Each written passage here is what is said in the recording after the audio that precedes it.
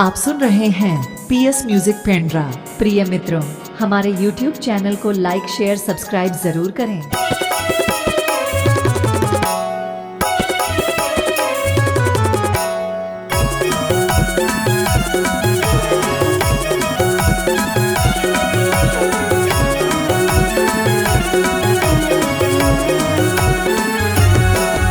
दादा बाँचो गारी जे परे तीन महीने बाँचो, ये दादा बाँचो गारी जे परे तीन महीने बाँचो।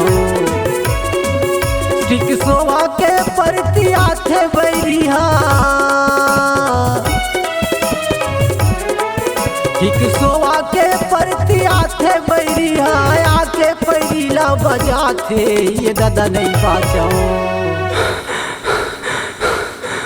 दादा नहीं बाँचो गारी जे परे तीन महीने बाँचो, दादा नहीं बाँचो गारी जे परे तीन महीने बाँचो।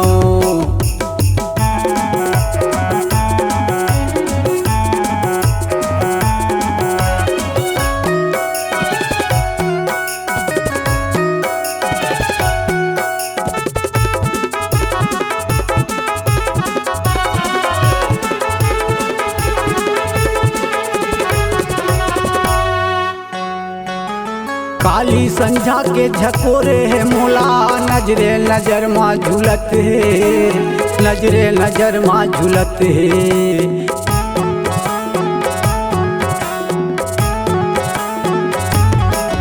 ये मोर घर कुरिया के आगू पाछू के गली फोर में घूमत है, गली फोर में घूमत है। चुंदी मुड़े छरिहाए रहे ओ, चुंदी मुड़े छरिहाए रहे, बड़े बड़े आँखी दिखाते दादा नहीं बाँचो। दादा नहीं बाँचो गारी जे परे तीन महीने बाँचो, दादा नहीं बाँचो गारी जे परे तीन महीने बाँचो।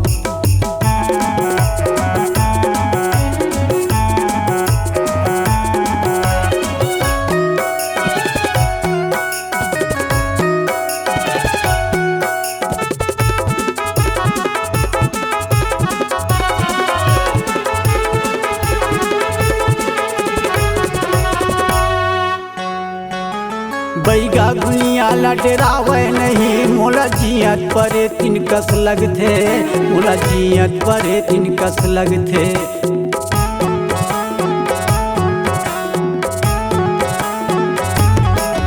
ये फूके झारे में भागे नहीं, सुते दसना माँ लदक थे, सुते दसना माँ लदक थे। लिमतरी में बस रहे वो कर, लिमतरी में बस रहे वो कर, रतिया रतिया सता थे ये दादा नहीं बाँचो। दादा नहीं बाँचो गारी जे परे तीन महीने बाँचो, दादा नहीं बाँचो गारी जे परे तीन महीने बाँचो। रिझे परे तीन महीने बाँचो गारी जे परे तीन महीने बाँचो, रिझे परे तीन महीने बाँचो गारी जे परे तीन महीने बाँचो।